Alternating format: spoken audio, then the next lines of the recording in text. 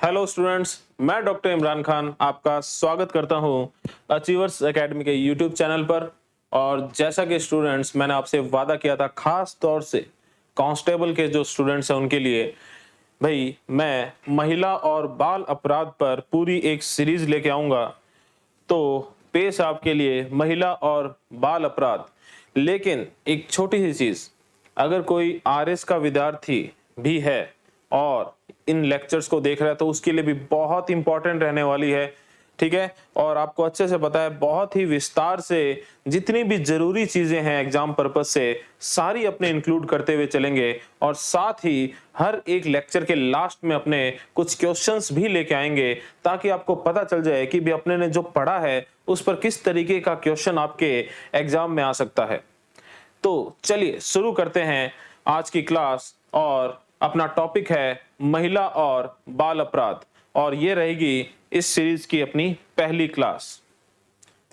तो achievers academy नाम ही पहचान है, तो अच्छे से पता है। और साथ ही इस क्लास की जो पीडीएफ है वो भी आपको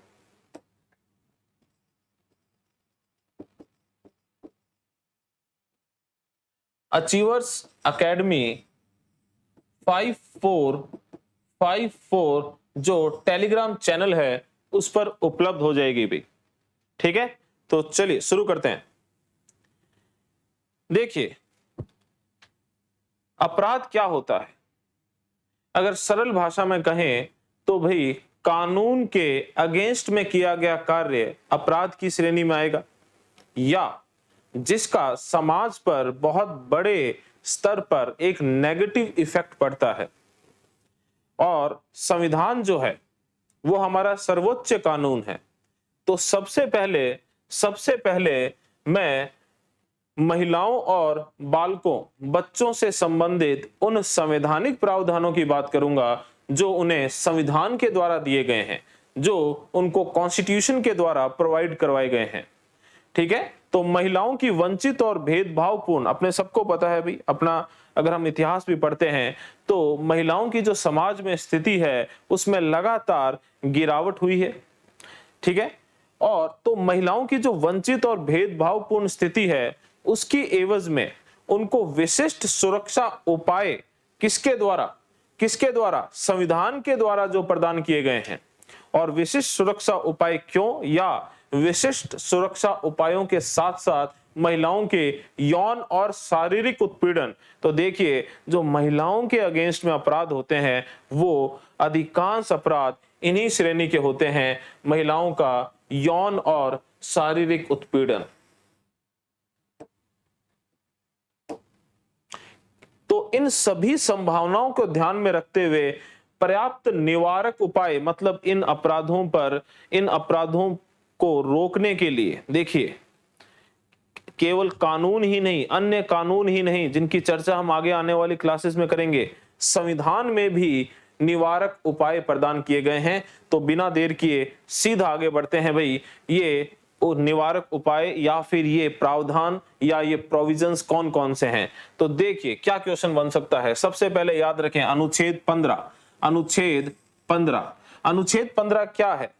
तो नॉर्मल सा अगर आप देखें तो भेदभाव, जो राज्य को भेदभाव करने से रोके, ठीक है। तो देखिए पूरा पढ़ते हैं आराम से।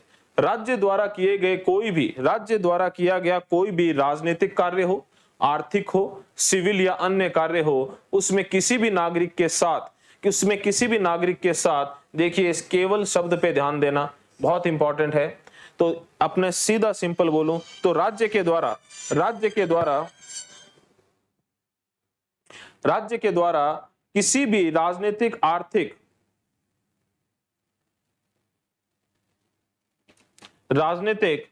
आर्थिक, सिविल या अन्य कार्यों में केवल धर्म, मूल वंश, जाति, लिंग या जन्म स्थान या इनमें से किसी के आधार पर भेदभाव नहीं किया जा सकता। तो इसको सरल भाषा में इस तरीके से याद रखें कि राज्य के द्वारा किसी भी नागरिक के साथ इस केवल को ध्यान रखना, धर्म, मूल वंश, जाति, लिंग या जन्म स्थान या इनमें से किसी के आधार पर भेदभाव नहीं किया जा सकता। और अगला नोट में मैंने इसको लिखा भी आपके सामने, केवल शब्द लिखा गया है, इसका मतलब इन विषयों के धर्म, मूल वंश, जाति, लिंग और जन्म स्थान के अलावा राज्य भेदभाव कर सकता है। जैसे राज्य भाषा के आधार पर भेदभाव कर सकता है, निवास के आधार पर भेदभाव कर सकता है, शारीरिक या बौद्धिक क्षमता के आधार पर भेदभाव कर सकता है। तो अनुच्छेद 15 कौन से आधारों पर राज्य को भेदभाव करने से रोकता है? तो बिल्कुल याद कर लीजिए, धर्म, मूल वंश, जाति, लिंग और जन्म स्थान, इनकी संख्या कितनी? 5। और देखिए इस उदाहरण को बिल्कुल याद रखना, हो सकता है आपके सामने कभी क्वेश्चन बन के आ जाए कि महिलाओं को नर्स के लिए ज्यादा उपयुक्त समझना क्या असमानता है, क्या समानता के अगेंस्ट है, क्या असंवैधानिक है? बिल्कुल नहीं है। और वैसे ही महिलाओं को भारी उद्योगों में काम करने के लिए कम उपयुक्त समझना, क्या ये असंवैधानिक है? ये भी नहीं है। तो ये चीजें जो है वो अनुच्छेद 15 के अगेंस्ट में, विरुद्ध नहीं मानी जाएगी। और इसको आप बिल्कुल इस तरीके से याद रखें कि राज्य जो है वो केवल धर्म, मूल वंश, जाति, लिंग और जन्म स्थान के आधार पर भेदभाव नहीं कर सकता, लेकिन इन आधारों पर भेदभाव कर सकता है। और फिर से लास्ट बार बता रहा हूं, क्या महिलाओं को नर्स के लिए ज्यादा उपयुक्त समझना, क्या यह भेदभाव है? नहीं है। ठीक है। और साथ ही महिलाओं को भारी उद्योगों में काम करने के लिए कम उपयुक्त समझना, क्या ये भेदभाव के अंतर्गत आएगा? ये भी नहीं आएगा। केवल ये 5 आधार जो है वो आपको याद रखने हैं। चलिए, ये तो है अनुच्छेद 15 की बात। अनुच्छेद 15(3) क्या कहता है? मतलब अनुच्छेद 15 का जो तीसरा सब क्लॉज है वो क्या कहता है? स्त्रियों और बच्चों के लिए, स्त्री या बच्चों के लिए आरक्षण प्रदान करना असमता नहीं समझा जाएगा। यह आरक्षण किसी भी प्रकार का हो सकता है, जैसे सरकारी बस या रेल में महिला के लिए आरक्षित सीट।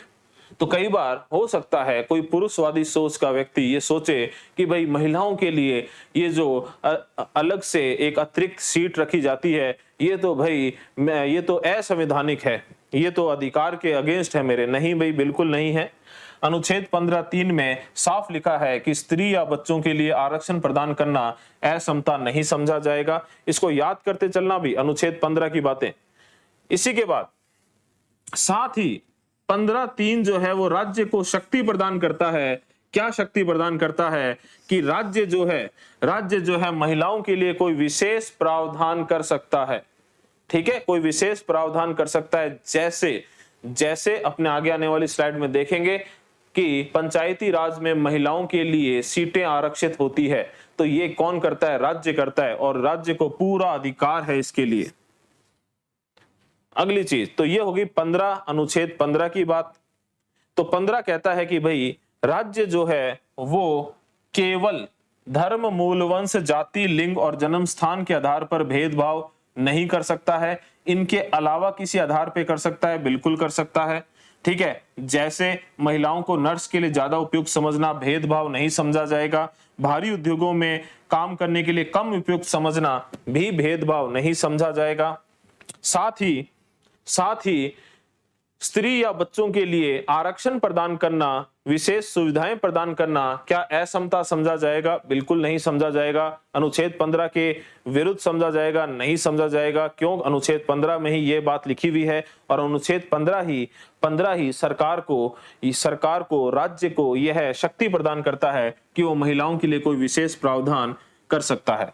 अब आते हैं अनुच्छेद 16 पर। अनुच्छेद 16(2) क्या कहता है? किसी भी नागरिक के साथ लिंग के आधार पर भेदभाव नहीं किया जाएगा, और न ही वह राज्य के अधीन किसी पद के लिए अपात्र होगा। देखिए, ध्यान से सुनना, इसमें और भी आधार है, लेकिन मैंने यहाँ पर केवल एक ही आधार की बात की। क्यों? क्योंकि अपने महिलाओं से संबंधित जो है संवैधानिक प्रावधानों की बातें कर रहे हैं। ठीक है, ध्यान रखना। तो किसी भी नागरिक के साथ लिंग के आधार पर भेदभाव नहीं किया जाएगा, और न ही वह राज्य के अधीन किसी भी पद के लिए अपात्र होगा। तो केवल महिला होने के आधार पर, अब क्योंकि अपने महिलाओं की बात कर रहे हैं, तो महिला होने के आधार पर किसी को भी किसी सरकारी नौकरी के लिए रोका नहीं जा सकता, अगर सामान्य शब्दों में अपने ये बात करें। ठीक है, तो 16 क्या कहता है, लिंग के आधार पर भेदभाव नहीं किया जाएगा, न ही वह राज्य के अधीन किसी भी पद के लिए इस आधार पर कि उसका लिंग क्या है, वह स्त्री है, इस आधार पर उसको अपात्र नहीं माना जा सकता। चलिए देखिए एक छोटी चीज, अगर आपने संविधान अच्छे से पढ़ा है, क्योंकि आप कांस्टेबल की तैयारी कर रहे हो, तो हो सकता है जो संविधान कॉन्स्टिट्यूशन आपने पढ़ा होगा, इसीलिए मैं उतना डिटेल में ना जाकर, ठीक है, उसके लिए अपने अलग से कभी चर्चा करेंगे, डिटेल में ना जाकर केवल आपके काम की चीजें आपको याद करा रहा हूं। अगली चीज, सरकार, अब देखिए 16 वास्तव में कहता क्या है, अनुच्छेद 16 वास्तव में क्या कहता है। सरकारी पदों और कार्यालयों में नियुक्ति करते समय महिलाओं के साथ भेदभाव पर रोक। ठीक है, तो सरकारी पदों और कार्यालय में महिला होने के आधार पर नियुक्ति में भेदभाव नहीं किया जा सकता। कौन सा अनुच्छेद? 16वां अनुच्छेद। तो 15 और 16 में क्या अंतर है और क्या चीज आपको याद रखनी है, ये चीज ध्यान रखना भाई। 15 क्या कहता है, राज्य जो है वो अपने राजनीतिक, आर्थिक, सिविल या अन्य कार्यों में किसी के साथ इस आधार पर भेदभाव नहीं कर सकता कि वो महिला है। और 16 क्या कहता है कि राज्य जो है वो किसी के साथ सरकारी पद पर नियुक्ति में इस आधार पर भेदभाव नहीं कर सकता कि वो महिला है। क्लियर होगी बात? थोड़ा सा जटिल होता है संविधान, लेकिन लास्ट में जो कंक्लूजन निकल के आएगा ना, वो जरूर याद रखना भाई। तो भाई कंक्लूजन क्या निकला अनुच्छेद 15 का, कि राज्य जो है वो किसी भी व्यक्ति के साथ इस आधार पर भेदभाव नहीं कर सकता कि वो क्या है, महिला है। और कौन से कार्यों में? अपने किसी भी राजनीतिक, आर्थिक आदि कार्यों में। और अनुच्छेद 16 जो है उसका पूरा जोर जो है वो सरकारी नियुक्ति पर होता है। किस पर? सरकारी पदों पर नियुक्ति में किसी भी व्यक्ति के साथ इस आधार पर भेदभाव नहीं किया जा सकता कि वो महिला है। थोड़ा सा शॉर्ट के अंदर मैंने आपको बता दिया, और दोनों में डिफरेंस जो है वो इसी में छिपा हुआ है। चलिए आगे बढ़ते हैं जल्दी से। अगली चीज, चलो नियुक्ति हो गई, महिला और पुरुष किसी कार्यालय में काम कर रहे हैं, क्या महिला और पुरुष के वेतन में असमानता हो सकती है? इस आधार पर हो सकती है कि पुरुष को ज्यादा वेतन मिले और महिला को कम वेतन मिले। ठीक है, तो देखते हैं क्या ऐसा भी हो सकता है, और ऐसे ही कुछ और प्रावधान।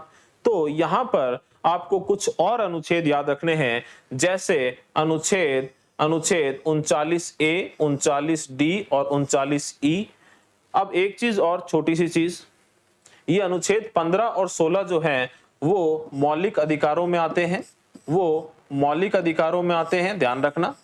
और अब जो ये अनुच्छेद 39A, 39D और 39E हैं, ये राज्य के नीति निदेशक तत्व या डीपीएसपी के अंतर्गत आते हैं।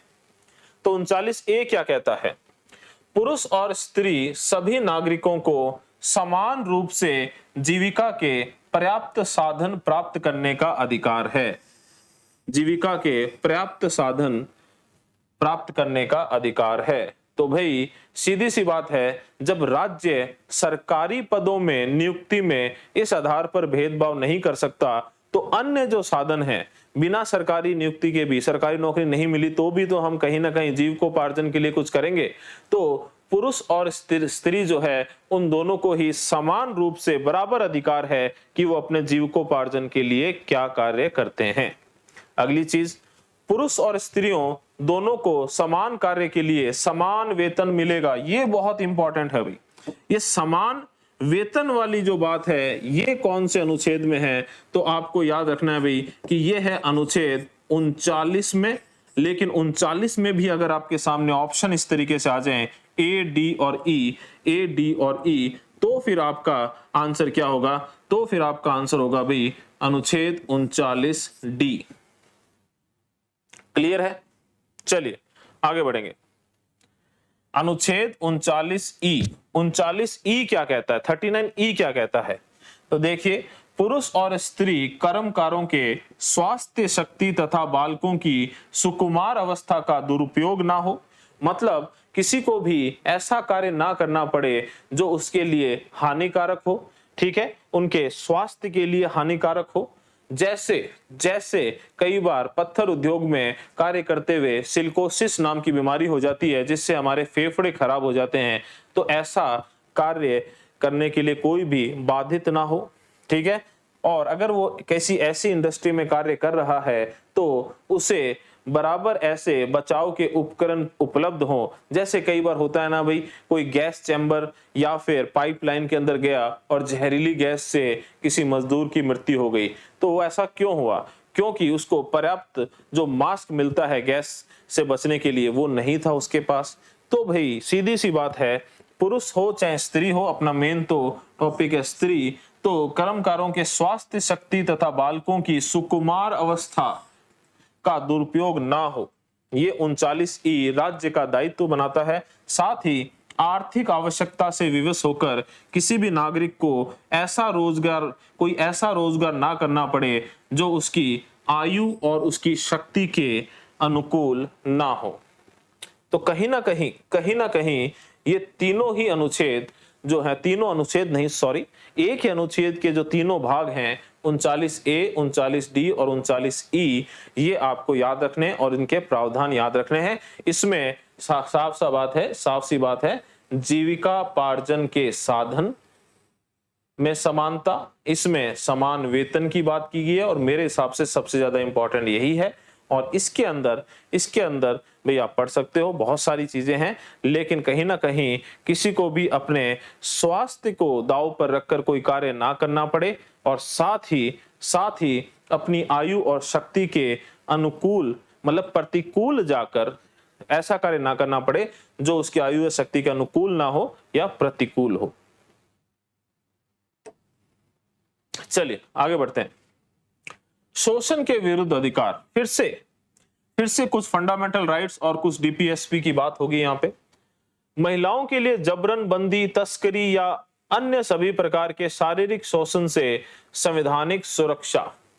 तो भाई मैंने पहले ही बोला कि महिलाओं से जुड़े हुए ज्यादातर अपराध कौन से हैं, ठीक है, तो उसमें यौन शोषण वगैरह आता है, जबरन बंदी, ठीक है, महिलाओं की तस्करी जिसे ट्रैफिकिंग कहते हैं, बच्चों के लिए साथ भी ये समस्या हमें देखने को मिलती है और इंग्लिश में वर्ड है ह्यूमन ट्रैफिकिंग। इसी के साथ अन्य सभी प्रकार के शारीरिक शोषण, ठीक है, इन सब से भी कहीं ना कहीं संविधान जो है वो महिलाओं और बच्चों को सुरक्षा प्रदान करता है। अब देखिए, संविधान यह भी सुनिश्चित करता है कि संबंधित कार्यस्थलों में महिलाओं की विशिष्ट आवश्यकताओं को पर्याप्त मात्रा में प्रदान किया जाए। तो ध्यान रखना भाई, संविधान जो है केवल यही सुनिश्चित नहीं करता है कि महिलाओं के साथ किसी प्रकार का अपराध ना हो, इसके साथ साथ ये भी सुनिश्चित करता है कि महिलाओं के लिए जो विशिष्ट आवश्यकताएं बेहद जरूरी है वो भी उन्हें प्रदान की जाए। कहां? कार्यस्थलों पर। जैसे दोनों एग्जाम्पल आपके सामने आएंगे। सबसे पहले पढ़ते हैं अनुच्छेद 23। अनुच्छेद 23 किससे जुड़ा हुआ है भाई? अनुच्छेद 23 कहता है प्रोहिबिशन ऑफ ट्रैफिक मतलब तस्करी in human beings and forced labour. अब अपने को सीधा सा है यहां पर याद कर लेना, मानव के दुर्व्यापार मतलब उसके इच्छा के विरुद्ध बंदी बनाकर उसको किसी दूसरी जगह ले जाना, ठीक है, और इसको अपने नॉर्मली अपहरण भी बोल देते हैं। और साथ बालात श्रम, देखिए बाल श्रम नहीं लिखा है, बाल श्रम नहीं लिखा है, बालात श्रम का मतलब है किसी को बलपूर्वक कोई कार्य करवाना, या आप इसको बोल सकते हो किसी से बलपूर्वक बेगारी करवाना। और ये बेगारी किसी भी प्रकार की हो सकती है, उसको बलपूर्वक या उसको किसी प्रकार का लालच देकर।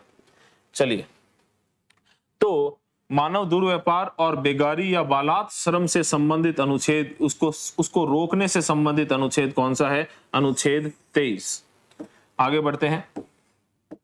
अनुच्छेद 42 क्या कहता है? राज्य का यह दायित्व है कि काम की न्याय संगत और मानवोचित दशाएं सुनिश्चित करे और जैसे महिलाओं को पर्याप्त प्रसूति सहायता के लिए उपबंध भी प्रदान करे। तो मतलब भाई कार्यस्थल पर यह अनुच्छेद 42 एक तरीके से क्या कह रहा है कि काम की न्याय संगत और मानवोचित दशाएं हो, और अगर वहां महिलाएं कार्य कर रही है तो उन्हें पर्याप्त मात्रा में प्रेगनेंसी के दौरान प्रसूति सहायता भी उपलब्ध हो।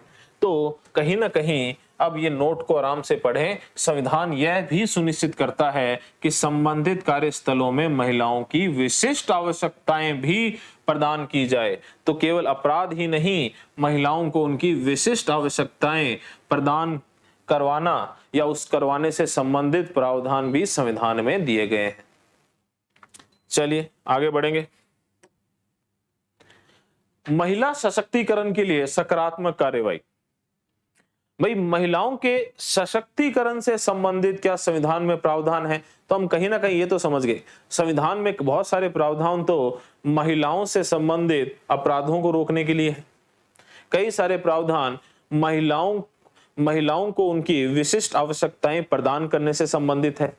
क्या संविधान के कुछ प्रावधान महिलाओं को सशक्तिकरण करने के लिए भी है? तो देखते हैं। Affirmative action for the empowerment of women, empowerment of women.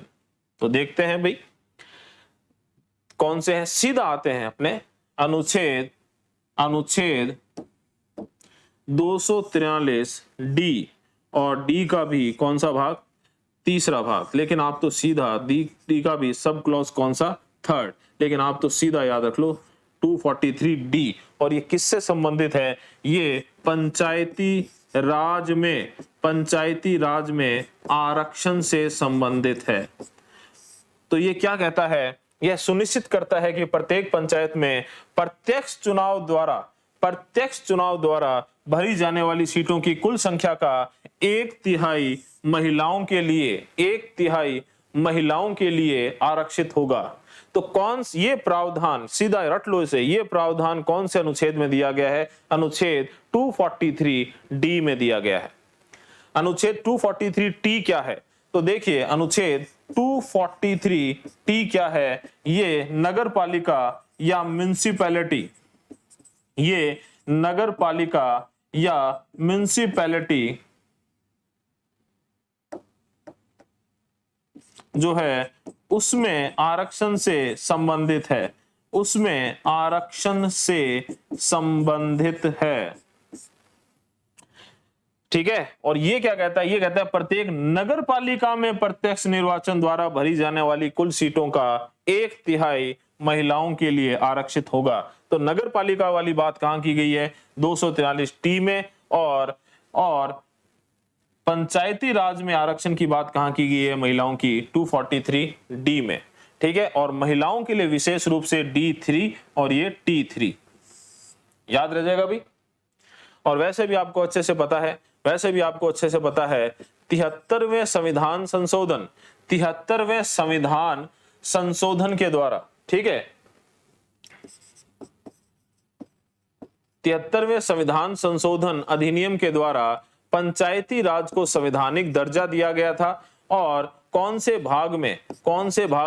भाग 9 में। और इसमें अनुच्छेद आते हैं अनुच्छेद 243 से अनुच्छेद 243 कहां तक आते हैं? ओ तक। कहां तक आते हैं? ओ तक। ठीक है। और 74वें संविधान संशोधन के द्वारा कि नगर पालिका जो है उसे संवैधानिक दर्जा दिया गया था। और इसमें अनुच्छेद जो आते हैं, पहले भाग की बात कर लें। भाग जो है कौन सा? 9th ए या 9 कै। और इसमें जो अनुच्छेद आते हैं वो है अनुच्छेद 243। ओ से अपने शुरू करेंगे तो ओ के बाद आएगा पी, अनुच्छेद 243 पी से अनुच्छेद 243 जेड जी। और बहुत ही आसान है याद करना।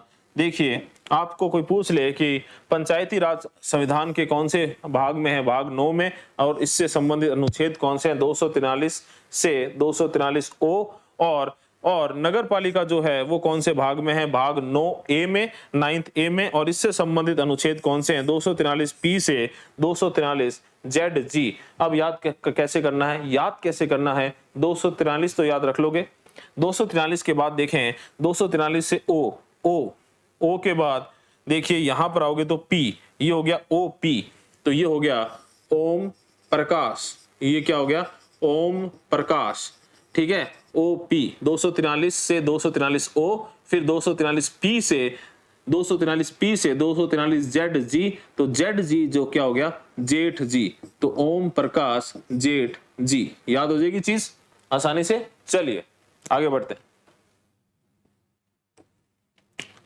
अनुच्छेद 243 D4 और अनुच्छेद 243 T4, वो D3 T3 थे, ये D4 और T4 हैं, ठीक है। ये एक तरीके से सब क्लॉज 4 है और ये सब क्लॉज 4 है, किसका, ये D का, ये T का। ये क्या कहते हैं आगे, इसी तरह अध्यक्षों के पद में, अध्यक्षों के जो पद होते हैं किसमें, नगर पालिका के अंदर तो अध्यक्षों के पद यहां, और सॉरी पंचायती राज में अध्यक्षों के पद की बात यहां, और नगर पालिका के अध्यक्षों के पदों की बात यहां की गई है, लेकिन मैंने एक साथ रख दिया। इसी तरह अध्यक्षों के पद में महिलाओं के लिए इस तरह से आरक्षित किए जाएंगे, महिला अध्यक्ष के पद हैं उनमें महिलाओं को इस तरीके से आरक्षण प्रदान किया जाएगा, कैसे, जैसा कि राज्य विधायिका प्रदान कर सकती है। तो देखिए ध्यान से सुनना, ये तो सभी राज्यों के लिए अनिवार्य कर दिया गया है कि 1/3 आरक्षण तो देना ही होगा, लेकिन अध्यक्षों के पदों में राज्य विधायिकाओं को यह शक्ति दे दी गई है कि आप अपने अनुसार महिलाओं को आरक्षण प्रदान कर दो। और जैसा कि आपने देखा होगा कि पंचायती राज संस्थाओं में राजस्थान में महिलाओं को 50% आरक्षण प्रदान किया गया था। तो ये किसने प्रदान किया, ये राजस्थान की राज्य सरकार ने प्रदान किया। क्यों, क्योंकि उसे ये शक्ति मिलती है किससे, 243 D4 से, किसमें, पंचायती राज के संदर्भ में, और यही शक्ति नगर पालिका के संदर्भ में राज्यों को किससे मिलती है, 243 T4 से।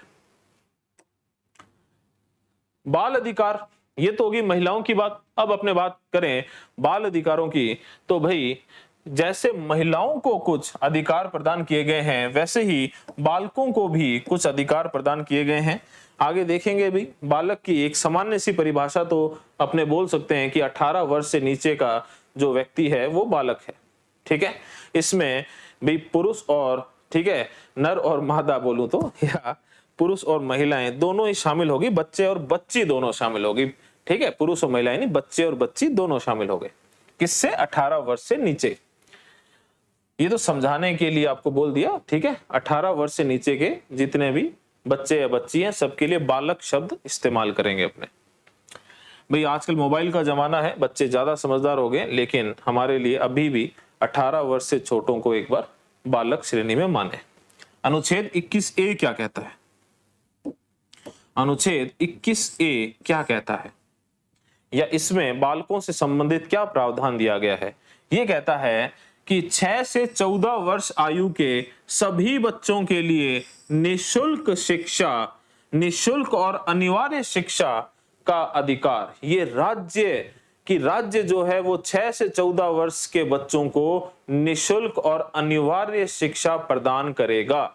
अब देखिए भाई ध्यान से सुनना, ये जो प्रावधान है, अच्छा ये थोड़ा सा देखिए गलत लिखा हुआ है, यहाँ पे ब्रैकेट नहीं आएगा, गलती से आ गया, इसको आप इस तरीके से पढ़ें। ये एक नया अनुच्छेद है, अनुच्छेद 21A पढ़ें इसे, कई बार ये गलती हो जाती है, ये ब्रैकेट मत लगाना भाई, ठीक है। 21A इस तरीके से पढ़ें। 21A किससे संबंधित है, ये संबंधित है निशुल्क और अनिवार्य शिक्षा से, किसको, 6 से 14 वर्ष के बच्चों को। क्लियर है। अब देखिए ये जो अनुच्छेद 21A है ये कौन से संविधान संशोधन के द्वारा जोड़ा गया, इसे संविधान संशोधन 86वां संविधान संशोधन 2002 के द्वारा इसे संविधान में जोड़ा गया, ठीक है, कहां? मौलिक अधिकारों में। कहां? मौलिक अधिकारों में, मतलब 6 से 14 वर्ष के बच्चों का यह मौलिक अधिकार बना दिया गया। ठीक है, क्लियर है। अगली चीज, 86वें संविधान संशोधन 2002 के द्वारा और क्या क्या प्रावधान जोड़े गए? तो देखिए बहुत ही इंपॉर्टेंट है, नेक्स्ट स्लाइड में आपको डिटेल में इस पे चर्चा करूंगा, लेकिन यहां पर छोटी सी चीज बता देता हूं। इस संविधान संशोधन ने कहीं ना कहीं मौलिक अधिकारों में परिवर्तन किया है और मौलिक अधिकारों में एक नया अनुच्छेद 21A जोड़ा है और इसके तहत क्या जोड़ा है वो तो आपके सामने है, स्वतंत्रता के अधिकार में। किसके अधिकार में? स्वतंत्रता के अधिकार में। अगली चीज, इसने डीपीएसपी राज्य के नीति निदेशक तत्वों में भी परिवर्तन किया है। और क्या परिवर्तन किया है? अनुच्छेद 45 जो है उसकी विषय वस्तु को बदला है। अनुच्छेद 45 जोड़ा नहीं है, अनुच्छेद 45 में जो चीज दी गई थी उसको बदल दिया है। और इसी के साथ इसने मौलिक कर्तव्यों में भी परिवर्तन किया है, फंडामेंटल ड्यूटीज में भी परिवर्तन किया है। क्या किया है? फंडामेंटल ड्यूटीज से, मौलिक कर्तव्यों से जो अनुच्छेद संबंधित है वो है 51A और इसमें के तहत 10 मौलिक कर्तव्य प्रदान किए गए थे और 86वें संविधान संशोधन 2000 ने 11वां मौलिक कर्तव्य बच्चों के शिक्षा से संबंधित जोड़ा है। अभी बात करेंगे नेक्स्ट स्लाइड के अंदर। और कहीं ना कहीं इस अनुच्छेद को, इस मौलिक अधिकार को और अधिक प्रभावी बनाने के लिए सरकार जो है वो राइट टू एजुकेशन, ठीक है भाई, शिक्षा का अधिकार अधिनियम 2009 में लेके आई। तो इससे संबंधित एक अलग से कानून भी आया, शिक्षा का अधिकार, राइट टू एजुकेशन 2009 में। चलिए आगे बढ़ेंगे। सीधा देखिए 86वें संविधान संशोधन, मैंने पहले बताया इसने मौलिक अधिकारों में परिवर्तन किया है। क्या किया है? वापस यहां पर गलती से 21 ब्रैकेट में ए है, ये इसको इस तरीके से देखें। ठीक है भाई, 21A, राज्य को 6 से 14 वर्ष तक के सभी बच्चों को निःशुल्क और अनिवार्य शिक्षा प्रदान करनी होगी। इस तरीके से बच्चों का यह मौलिक अधिकार बना दिया गया है। कितने वर्ष के बच्चों के लिए? 6 से 14 वर्ष के बच्चों के लिए। अगली चीज, अनुच्छेद 45 की विषय वस्तु को बदल दिया गया है। पहले इसको पढ़ते हैं फिर आपको क्लियर होगा। अनुच्छेद 45 की विषय वस्तु को बदल दिया गया है। राज्य को तब तक सभी बच्चों की शुरुआती देखभाल, इन शब्दों पर ध्यान देना भाई, अर्ली चाइल्डहुड केयर, शुरुआती देखभाल, और शिक्षा, मतलब देखभाल और शिक्षा दोनों की व्यवस्था करने के लिए प्रयास करना होगा जब तक बच्चा 6 वर्ष की आयु प्राप्त ना कर ले। और विषय वस्तु को बदला गया है। कैसे बदला गया है? पहले इसमें भी आयु जो है वो 6 से 14 की थी और अब 6 से कम वर्ष के बच्चों के लिए यह सुविधा प्रदान कर दी गई है या यह प्रावधान प्रदान कर दिया गया है। तो 6 से 14 वर्ष के बच्चों को जब ये मौलिक अधिकार के रूप में शिक्षा का अधिकार दे दिया तो यहां पर अलग से ये नीति निदेशक तत्वों में बात लिखना जरूरी नहीं था। तो इसीलिए इसको 6 से 14 को बदलकर क्या कर दिया गया है? 6 वर्ष से आयु से छोटे बच्चों की शुरुआती देखभाल और शिक्षा का अधिकार के रूप में या नीति निदेशक तत्व के रूप में इसे बदल दिया गया है। अनुच्छेद 51A, यहां पर भी देखिए ब्रैकेट नहीं आएगा, 51A ऐसे आएगा क्योंकि ये एक अलग अनुच्छेद है, ध्यान रखना थोड़ा सा।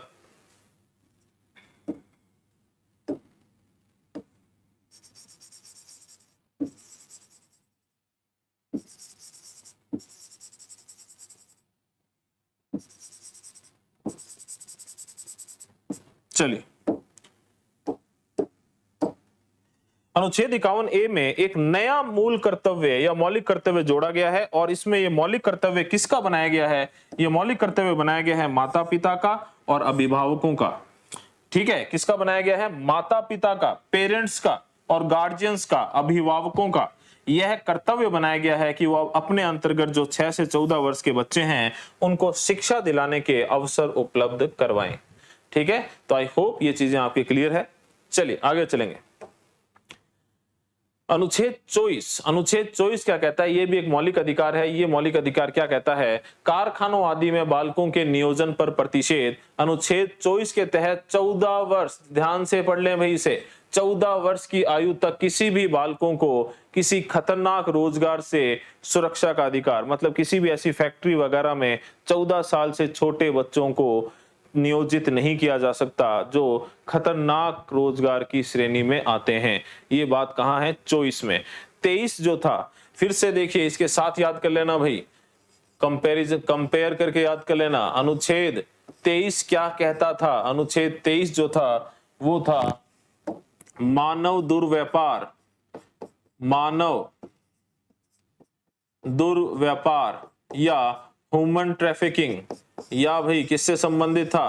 ह्यूमन ट्रैफिकिंग से, ठीक है। और साथ ही साथ बालात श्रम, और साथ ही साथ बालात श्रम से संबंधित था या बेगारी से संबंधित था। और अनुच्छेद 24 किससे है? ये अनुच्छेद 24 जो है ये वास्तव में बाल श्रम, चाइल्ड लेबर से संबंधित है।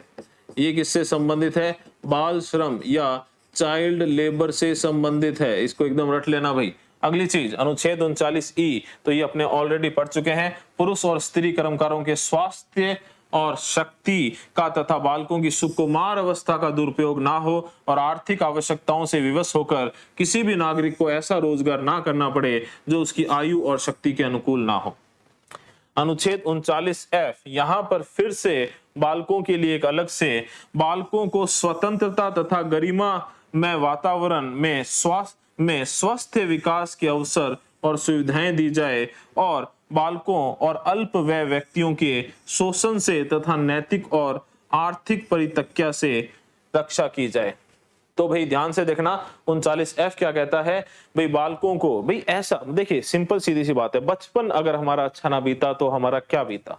जिस व्यक्ति का बचपन जो है वो अच्छा नहीं बीतता, उसको पूरी जिंदगी मलाल रहता है।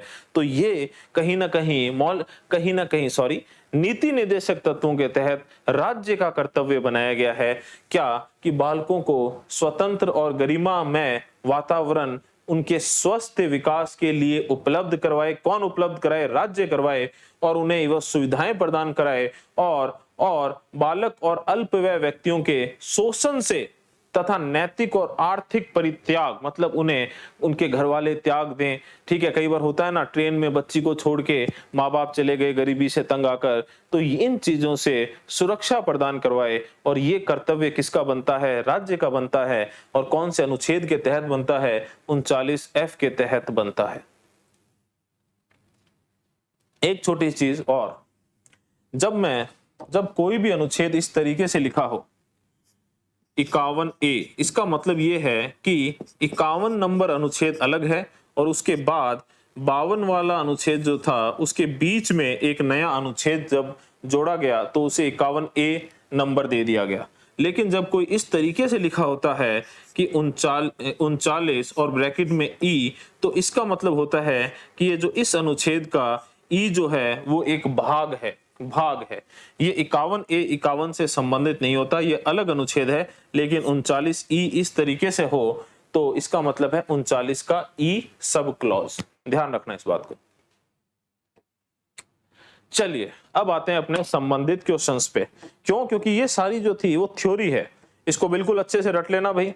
इस पर कैसे क्वेश्चन आ सकते हैं, और एक ना एक क्वेश्चन आपके लिए मैं होमवर्क के रूप में छोड़ के जाऊंगा, जो अपने नेक्स्ट जो अपने लेक्चर लेके आएंगे पार्ट 2, उसके अंदर सॉल्व करेंगे। देखते हैं, पहले तो अपने ये देखते हैं भाई, भारतीय संविधान का कौन सा अनुच्छेद पुरुष और स्त्री दोनों को समान कार्य के लिए समान वेतन का प्रावधान करता है? तो जल्दी से क्या आंसर हो सकता है भाई? क्या 15(1) करता है? नहीं भाई, ये तो कहता है कि राज्य जो है वो कुछ आधारों पर या केवल उन आधारों पर, ठीक है, कौन से आधारों पर? तो बिल्कुल याद कर लें, बिल्कुल अपना काम है एकदम आपको ये चीजें रटाना। केवल धर्म, मूल, वंश, जाति, लिंग और जन्म स्थान के आधार पर भेदभाव नहीं कर सकता। और उसी में ऑप्शन में 16 दिया है, तो 16 किससे संबंधित है? 16 जो है वो सरकारी पदों से संबंधित है कि सरकारी नियुक्ति में महिला होने के आधार पर भेदभाव नहीं किया जा सकता। ठीक है, तो समान वेतन की बात कहां की गई है? 39D में की गई है। तो जल्दी से आए, भारतीय संविधान में किन संशोधनों या सॉरी ये तो दूसरा क्वेश्चन अपने पढ़ने लगे, सॉरी। भारतीय संविधान का कौन सा अनुच्छेद पुरुषों और स्त्रियों को दोनों को समान कार्य के लिए समान वेतन का प्रावधान प्रदान करता है? सीधा सा आपका आंसर होगा इसका 39D। भारतीय संविधान के लिए कौन से अनुच्छेदों में स्त्री व पुरुष दोनों ही शोषण के विरुद्ध अधिकार प्राप्त करते हैं? तो भाई अभी हमने 23 और 24 पढ़ा था, अनुच्छेद 23 और 24 यही शोषण के विरुद्ध अधिकारों में आते हैं, क्योंकि 23 जो है, अनुच्छेद 23 जो है वो वापस से बता देता हूं भाई, मानव दुर्व्यापार, ह्यूमन ट्रैफिकिंग और बालात श्रम से सुरक्षा प्रदान करता है, और 24 जो है वो बाल श्रम या चाइल्ड लेबर से संबंधित है। तो इसका आंसर क्या होगा अपना 23 और 24। भारतीय संविधान के किन संशोधनों के माध्यम से महिलाओं के लिए पंचायतों और नगरपालिका के स्थानीय निकायों में सीटों का आरक्षण का प्रावधान या जोड़ा गया? तो भाई सिंपल सा है, देखते हैं। 70वां संविधान संशोधन, 74वां संविधान संशोधन, 100वां संविधान संशोधन 1 और 2। तो देखिए पंचायत व नगरपालिका दोनों लिखे हैं, तो मेरे हिसाब से यहां पर छोटी सी अपने से मिसप्रिंट हुआ है, ये होगा 73वां संविधान संशोधन। अगर यहां पर 73वां संविधान संशोधन हो तो हमने अच्छे से याद कर लिया था। 73वें संविधान संशोधन के द्वारा भाग 9 में पंचायती राज को संवैधानिक दर्जा दिया गया है, और 74वें संविधान संशोधन के द्वारा भाग 9A में नगर पालिकाओं को संवैधानिक दर्जा दिया गया है। तो अपना आंसर क्लियर है भाई, अपना आंसर होगा 1 व 2 दोनों।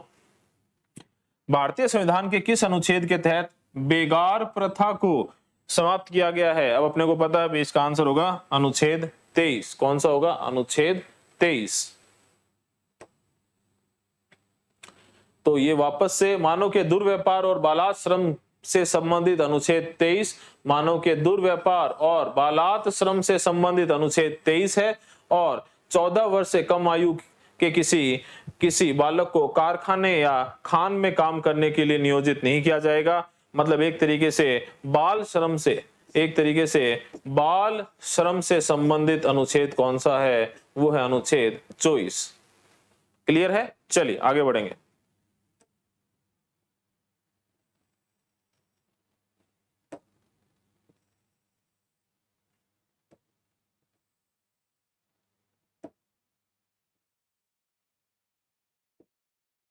घरेलू हिंसा से महिलाओं का संरक्षण अधिनियम 2005 भारतीय संविधान के किस अनुच्छेद के अंतर्गत आता है?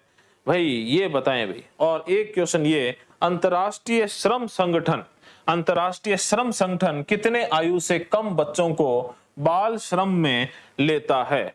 तो अंतर्राष्ट्रीय श्रम संगठन, इसको भाई आप, ये 2 क्वेश्चन मैं आपके लिए छोड़ के जाऊंगा। क्यों? क्योंकि एक जिज्ञासा आपके मन में रहनी चाहिए। ये तो बहुत ही आसान क्वेश्चन है जो पढ़ाया है, बिल्कुल उसमें से आए हैं, और ये 2 क्वेश्चन आपके लिए भाई एक तरीके से नेक्स्ट जो सीरीज होगी उसके लिए छोड़ के जाऊंगा मैं। जो नेक्स्ट पार्ट होगा वापस से ध्यान से पढ़ लेना भाई। घरेलू हिंसा से महिलाओं का संरक्षण अधिनियम 2005।